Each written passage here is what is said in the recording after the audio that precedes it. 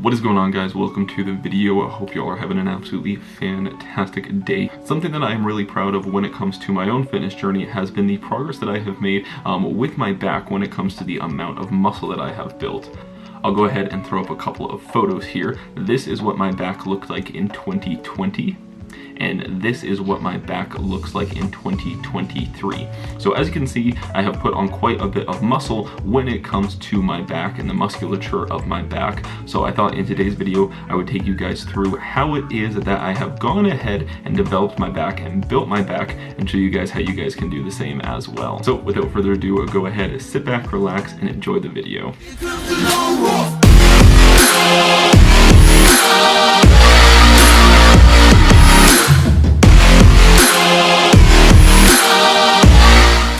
Be doing a little bit of a different video today. I'm going to be going ahead and walking you guys through what my back workout looks like and giving you guys a few little tips and tricks along the way that you can use and hopefully carry over to your workouts as well. So let's go ahead and dive into it. So first exercise that we are going to have here is going to be a reverse pec deck. This is not going to directly hit the back, but it's more so going to be hitting those rear delts, which technically is a part of the shoulder. But if we do look at things from a back shot when it comes to a bodybuilding show, for example, we are going to see those rear delts in the back shot. So that is why I go ahead and I put my rear delt exercise on my back day. The exercise I have chose to go ahead and use for my rear delts is going to be a reverse pec deck. I really like the reverse pec deck because you are going to be in a very fixed position, so you can't use a lot of body momentum as you would be able to with something such as like a face pull, for example, you know, where you pull the ropes kind of towards your face. This is going to put you in a more fixed position to be able to go ahead and really engage those rear delts and really get those into a good position. I like starting with the reverse pec deck because this is a very low energy demanding exercise. So by putting it first, we're not really sacrificing a whole lot when it comes to the rest of our workout. And then not to mention as well is that the rear delts are such a small muscle group that they really don't need a ton of work. And also if we put them at the end of the workout, I generally find that the rear delts are a little more tired from doing all of the rowing movements, so it's a little bit harder to get them really contracted and get them into that short range. So by putting them first, we are prioritizing them, we're getting them into that short range, and we are really taxing that muscle. Second exercise is going to start to move into our back movements. This is going to be a single arm supported lat pull down. This is probably my favorite exercise when it comes to hitting your lats. A big mistake that I see with a lot of people is a lot of people will do, you know, your standard lat pullover where you have that wide bar, and that's not really targeting our lats as much as it should be, because when we think about it, our elbows are out here when we are doing that standard wide bar lat pull down, whereas as you can see with this exercise that I'm currently doing, I have my arm a little bit more inwards. I'm using a neutral grip, and it really allows me to drive down with that elbow and really get that lat nice and short. As well, because we are in a supported position, this is going to again allow us to not use any body momentum when it comes to performing this exercise. Even though you're seated, even though you have the little thing that's over your lap when you are doing a lat pull down, you still can use a little bit of swinging motion with your upper body to try and pull that bar down. Whereas with this, we can brace with our non-working arm and we can really focus on just getting that lat nice and short, driving that elbow down, and it gives us a great range of motion and it gives us a great movement path for this exercise as well. The main thing I'm focusing on with this exercise is really just going to be driving that elbow down into the pocket, driving that elbow down towards my hip so I can get that lat as short as I possibly can and get the full range of motion out of it. Our third exercise is now going to move to a little bit more upper back focused. Here we have a chest supported wide grip row. So a big thing when it comes to back training is we want to hit all of those different areas because, you know, we have our lats, we have our upper lats, our lower lats, our rhomboids, our traps, our rear delts.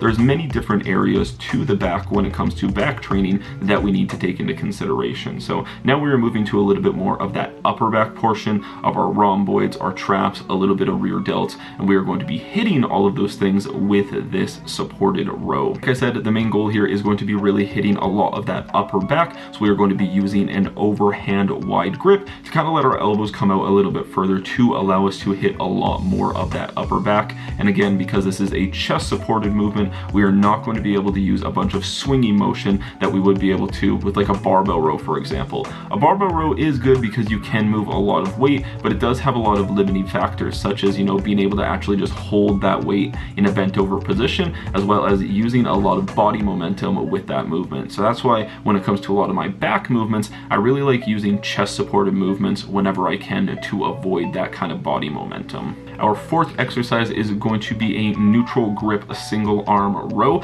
This is going to go ahead and hit a lot more of that lower lat. When we were doing the single arm supported pull down, we were hitting a little bit more of the upper lat. You're still going to get some lower lat involvement in there as well, but this row is mainly targeting the lower lat because we are going to be pulling it down and low to our hip. So as you can see here again, this is a really great option because we are going to be in a good supported position. I am bracing myself with my non-working arm, where I really focus on rowing down and low towards the hip to really engage that lower lat. Again, same thing with this specific machine. This is really fantastic because we can go ahead and position ourselves a little bit further back from where the actual machine is. And what this is going to allow us to do is, again, as we get that lat short, as we are driving our arm back, that weight is going to start to drop off a little bit. Especially this being our fourth exercise, we're relatively fatigued and it's going to be hard to get that lat really into that short range. So by utilizing a machine like this where the weight slowly starts to drop off, it's really going to allow us to get that lat nice and short, get the full range of motion when it comes to this exercise, and get the absolute most out of this exercise. Moving on to our fifth and final back exercise, this is going to be an upper back focused pull down. So like I talked about at the beginning of the video, when it comes to utilizing kind of that wide bar for your lat pull downs, I definitely don't think that it is a bad movement. It's just not a great movement when it comes to focusing on your lats. So what I actually do is I intentionally lean back a little bit with that bar, and I'm going to focus more so on pulling back as opposed to pulling down, so that I can again hit a lot more of that upper back, that rhomboids, those traps, those rear delts, and we're also still going to be in a relatively fixed position in order to get that good movement pattern. But like I said, as you can see, I am pulling down and I'm driving my elbows back. I'm not as much driving my elbows down to focus on the lats, but I'm driving them back away from my body to more so focus on that upper back musculature. I really enjoy this exercise for the upper back, and I definitely think you should give it a try. Like I said, it's just not the best exercise when it comes to actually trying to hit your lats. Moving on to our sixth exercise, this is going to be our first exercise for our biceps.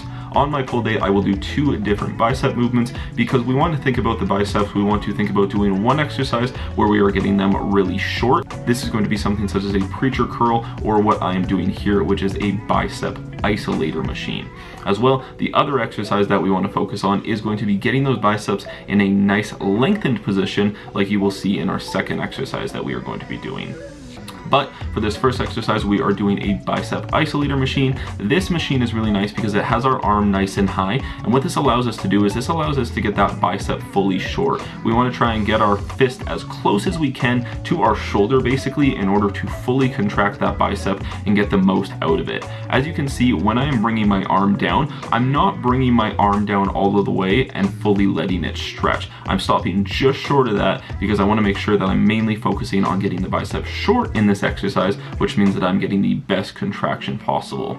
I like also doing my exercise where I get the bicep short first, because like I talked about with all of the other movements, as we go throughout our workout, as we become fatigued, our ability to get muscles short is going to greatly diminish the further we get throughout the workout. So out of my two bicep exercises, I put the exercise where I'm trying to get the muscle short first, and then where I'm trying to lengthen the muscle, I will do that as my second exercise. Our seventh and final exercise is going to be an incline dumbbell curl. Like I just talked about, we want to focus on doing one exercise where we get the biceps nice and short, and then we want to focus on another exercise where we're giving those biceps their fully lengthened position. This is the benefit with doing an incline dumbbell curl, because our shoulders are pinched slightly behind us, so when we bring those dumbbells down, we are fully stretching our bicep and making sure that we are running through that full range of motion. When it comes to arm movements, I generally like to go a little bit lighter and work anywhere in that 15 to 20 rep range, as opposed to going super heavy and trying to get, 6 to 8 reps with a dumbbell curl. It just does not seem as effective to me, as opposed to pumping a lot of blood into the muscle and shooting anywhere from that, 12 to even 20 reps is going to be absolutely fantastic for your arms. So that is going to conclude my typical pull workout. As you saw, we included some rear delts, we had all of our back hit, and then we included some biceps as well. So in my opinion, this is a really well-rounded pull day to hit all of those different muscle groups that we are trying to improve upon. So as you can see, something that's really important when it comes to your back training is going to be exercise selection. We want to make sure that we are choosing exercises that are going to put us in the best position to really target that muscle that we are trying to target. As you saw with the single arm lat pull down, we're really trying to hit that lat in a vertical pull, whereas moving into something such as the chest supported row, we're really trying to hit the upper back with a horizontal row. So it's definitely about picking the exercises that work best for you. That is something that is key as well, is find what exercises work for you. Not all exercises are going to be perfect for everybody. Everybody's going to be different. We all want to find exercises that work best for us. This is just what I have found has worked best for me. So I definitely recommend go ahead, try out these exercises, see how they work for you, and if they feel good, then go ahead and run them for a little while. And I definitely think that you will see an improvement when it comes to your back development. But that is going to be it for today's video. Thank you so much for watching. If you guys enjoyed the video, make sure to drop a like on the video as well. Make sure you guys subscribe to the channel if you guys are new around here for lots of content just like this. But other than that, I hope you guys all enjoyed the video, and I will catch you all in the next one. Peace.